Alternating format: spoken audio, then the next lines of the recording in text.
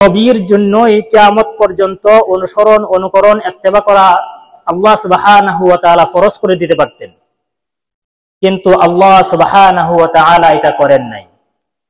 আল্লাহ বলছেন যে আমি প্রত্যেক নবীর জন্য ইচ্ছা করলে প্রত্যেক আদম আলাইহিস সালামকে আমি শুধু নবী হিসাবে আমি মনোনীত করতে পারতাম এবং তাকে নির্ধারণ করে দিতে পারতাম কিয়ামত পর্যন্ত শুধুমাত্র আদম আলাইহিস সালাতু ওয়াস সালামকেই মানব জাতি অনুসরণ করবে, অনুকরণ করবে, ইত্তেবা করবে।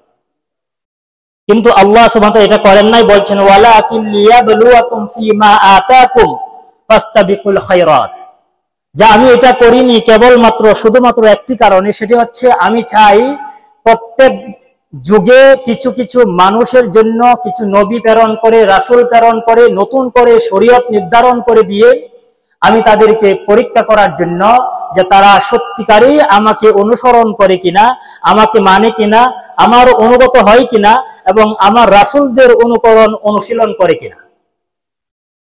সুতরাং ফাস্তাবিকুল খায়রাত, তোমরা সত্যের দিকে দৌড়াও, দৌড় দাও তোমরা তোমাদের সেই রবের সত্যের দিকে, যে রব তোমাদেরকে একটি সত্য গাইডলাইন তোমাদের কাছে প্রেরণ করেছেন।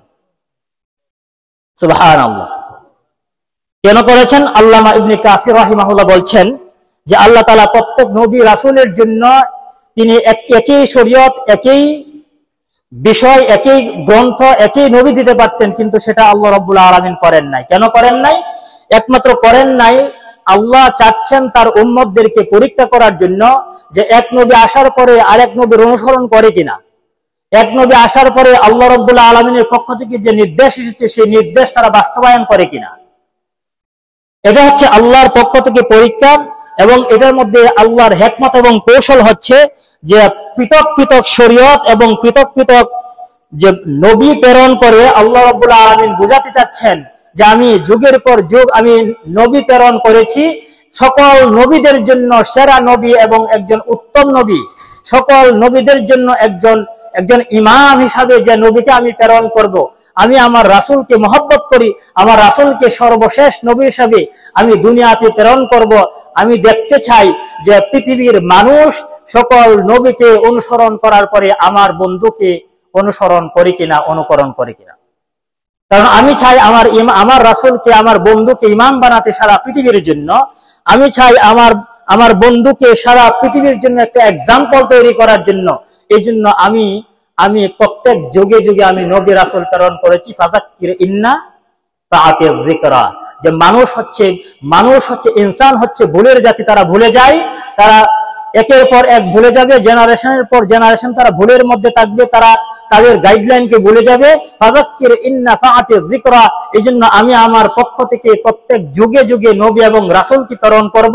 এই প্রেরণ করার মাধ্যমে তাদেরকে আমি স্মরণ করিয়ে দেব, কারণ ইনসান শব্দের অর্থ হচ্ছে কি ভুলে যাওয়া।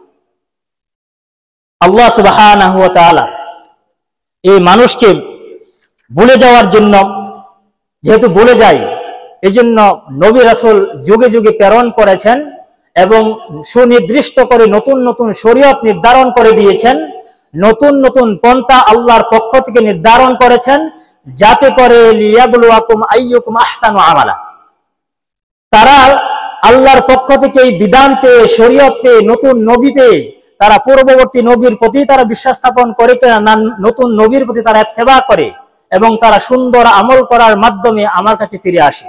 এটা পরীক্ষা করার জন্য আমি আল্লাহ শরীয়ত নির্ধারণ করেছি যুগে যুগে। এজন্য মোহতারাম হাজিরিন, প্রত্যেক যুগেই আল্লাহ সুবহানাহু ওয়া তাআলা দুইটি ইবাদত বেসিক্যালি নির্ধারণ করেছিলেন। অন্যান্য ইবাদতের সাথে দুইটি ইবাদত পার্মানেন্টলি আল্লাহ সুবহানাহু ওয়া তাআলা প্রত্যেক নবী রাসূলদের জন্য দিয়েছিলেন। এর মধ্যে একটি হচ্ছে সালাত আর একটি হচ্ছে রোজা।